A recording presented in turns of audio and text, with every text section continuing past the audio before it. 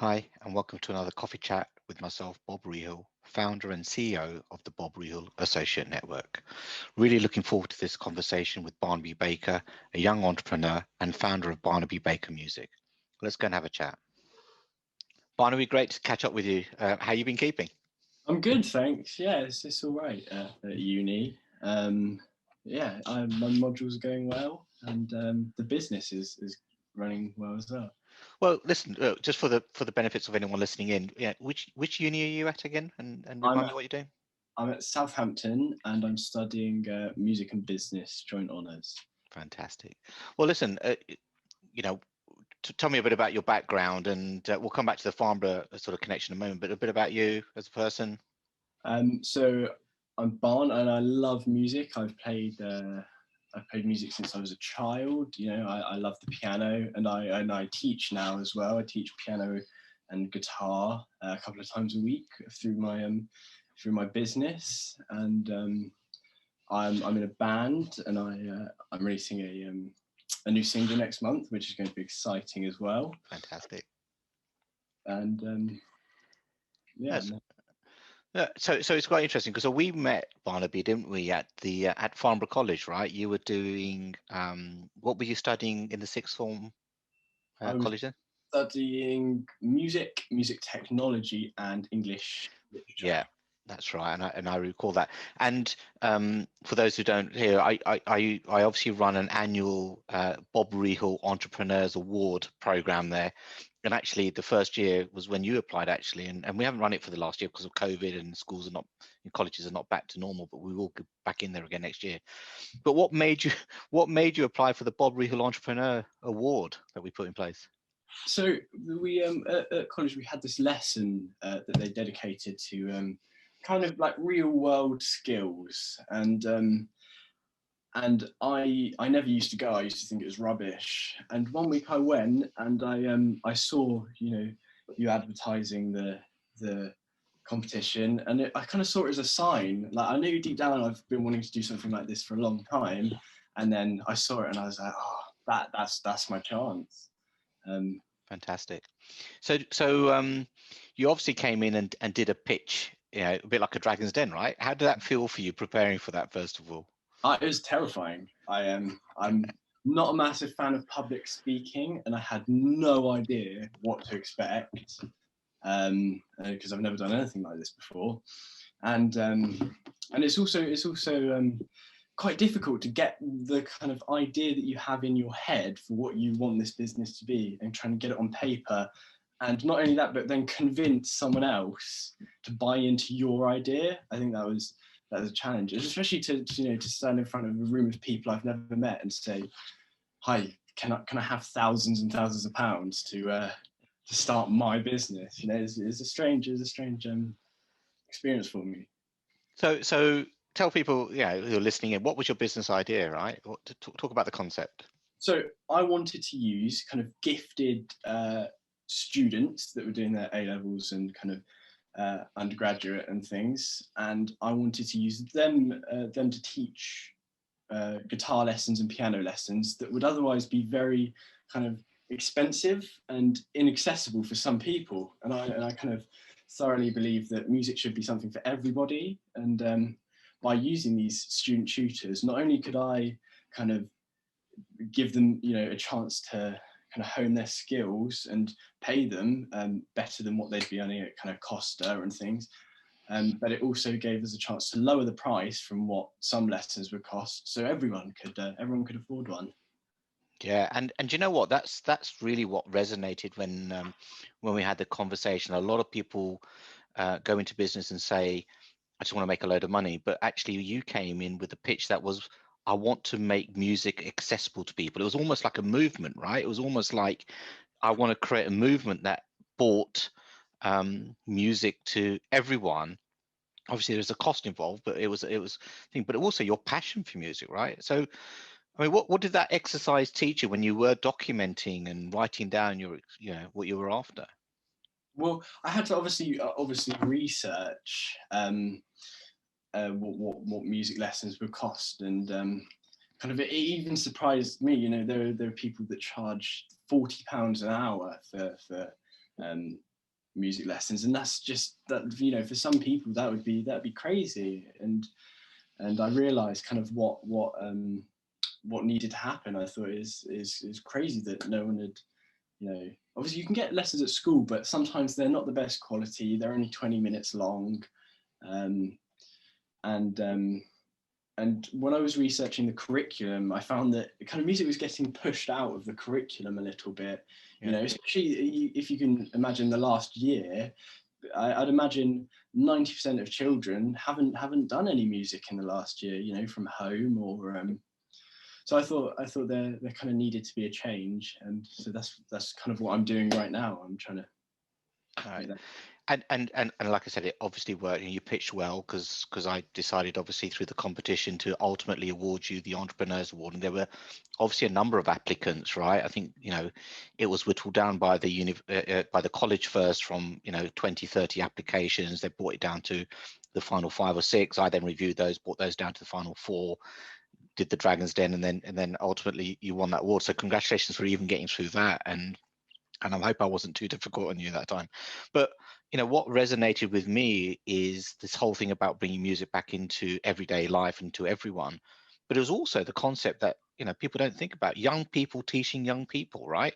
And I think we can all relate to those who've had music lessons about, you know, going to the piano teacher who's so much older than you and really just teaches you the basics. Whereas I think what you're bringing to the table is more of a connection, right? It's the fun factor that helps people learn. Talk to me about what experiences you've had in teaching younger people.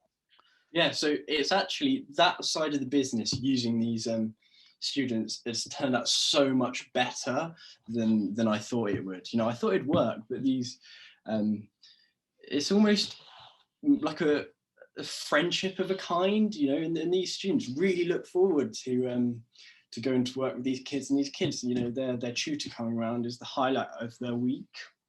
And there's so much more than just playing that goes into the lessons, especially with people wanting to practice and listening as well, you know, expanding these children's musical horizons, almost saying, you know, listen to this and have a listen to this, and why don't we work on this? And I think they're much more approachable, you know. I think it'd be difficult to say to like a traditional piano teacher, oh, I want to learn Hamilton. Like, I'm doing Hamilton with a student at the moment, and I think that's something that's worked really well with the student tutors. So yeah, I think it was a wonderful idea, Barnaby, and you know, hats off to you for coming up and really, you know, believing in that as a vision. So listen, you know, that was a year and a half, nearly 2 years ago, right, Barnaby, when you first explored. I think it was April 2019. At that point when we think, and I think I awarded it by sort of June, July 2019. So a year and a half ago, when you first got that. Tell me about, you know, what were the initial challenges for you? Just, you know, being offered something, but business, right? What things did you find difficult and challenging at that point? So I'd never kind of even explored business before. I hadn't even considered it. And I don't think I appreciated how much goes into it, you know. Even when I was doing the pitch, I think I underestimated how much work it would be. And kind of the first time I met with your team, they were all like really knowledgeable about these things that I had no idea even existed. I think that initial stage where I met your team was really interesting for me, because I realized that it was going to be difficult, but then also that, you know, with the right people around, that it was achievable. And slowly I've kind of learned a lot over the last year. And I'm kind of really proud of going from knowing nothing to kind of being almost successful in. And it's a wonderful story. And just while you were talking about that, I can remember we did that workshop in the Village Hotel. Do you remember when we got around the table and we did that workshop and whiteboarding, and we actually asked you to draw up what your thoughts were, right? We weren't telling you what to do. You were almost sharing your vision and your ideas, and we would ask questions that would challenge you and had you thought about this. So I still remember that session quite well. And so, you know, let's fast forward, right? A year later, you're obviously still in full-time education, right? And this is another great story that you haven't just stopped studying. You're doing this effectively on the side of your life, right? And on the side of the desk, running a business. So year and a half later, tell me about what's happening in the business. So we've gone from kind of having no one to having 30 lessons every week, and we have 10 different tutors that teach. That's amazing. They're kind of they cover those tutors can play kind of 2 or 3 instruments each, so they cover a broad kind of spectrum of music. And we've just started a newsletter as well to kind of document the successes of our students. We've had somebody pass an exam already this year. We've had Alex with a distinction in his guitar, which is excellent. I've taken a more kind of teaching role as well. I kind of stayed away from that at first, but as you can see, I've got my guitar and piano to the side of me, and so I teach 6 lessons a week now as well, and I really love it. And I think it's come a very long way from writing on the whiteboard, kind of what, why, and how, And what have been some of your if you were talking now to a young entrepreneur, the next Barnaby Baker that's thinking about what to do, or not just a Barnaby Baker, anyone thinking, I want to move from the world of work or studying now to a business, what's the 2 or 3 things that you think you would absolutely give them as nuggets to say, make sure you do this? I think probably make mistakes is probably my number 1 piece of advice. I have made, over the last year, I've made so many mistakes. I've done so many things wrong, so many things I wish I'd have done differently. But, I've learned from that. And, there have been times I was like, oh God, what an idiot, but I've learned from all of that. And kind of now I don't make those mistakes anymore. So I think that process of trial and error, making mistakes, things not working, I think it's all part of the fun almost, learning the kind of learning experience. So I say definitely make mistakes. And I'd also say don't burn yourself out. Kind of don't work on it too much. And when you lose your inspiration, for an evening, don't force yourself to work on it. I'd say just Very good. Don't be afraid to take a break as well.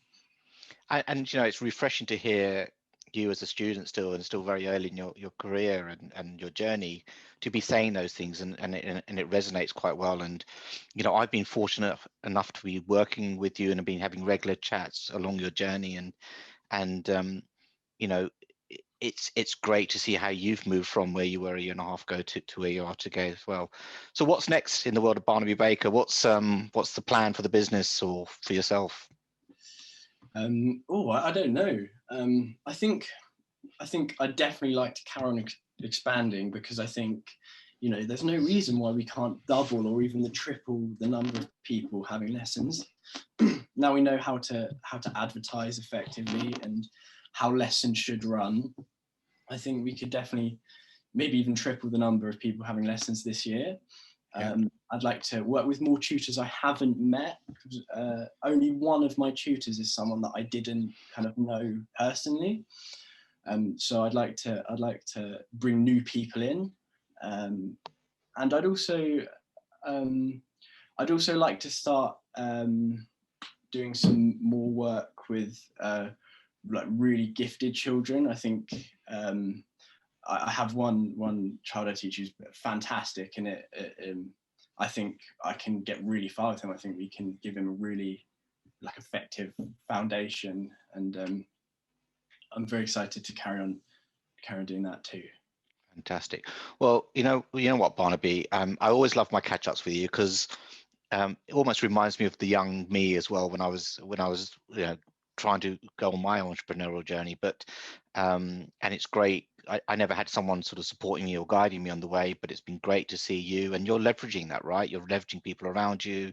I know you talk to me often, and the team have been there for you. So I'm really going to say congratulations on the journey so far. I'm no doubt you're going to continue to grow. To anyone listening, highly recommend the concept that Barnaby is bringing about. bringing music lessons, bringing them affordable to you. And at the moment you're doing it over Zoom, right? You can do Zoom meetings. So wherever you are in the UK or in the globe, if you want some nice lessons, you want to have some fun into your giving your kids lessons or whatever it might be, Barnaby is the person to go to. We'll put his details at the end of this video if you do want to reach out to him. But Barnaby, wonderful to catch up with you. Wish you all the success and at uni while you're finishing off your degree, and look forward to talking again soon. Thank you very much. See you in a bit. See you later. Take care. Bye now.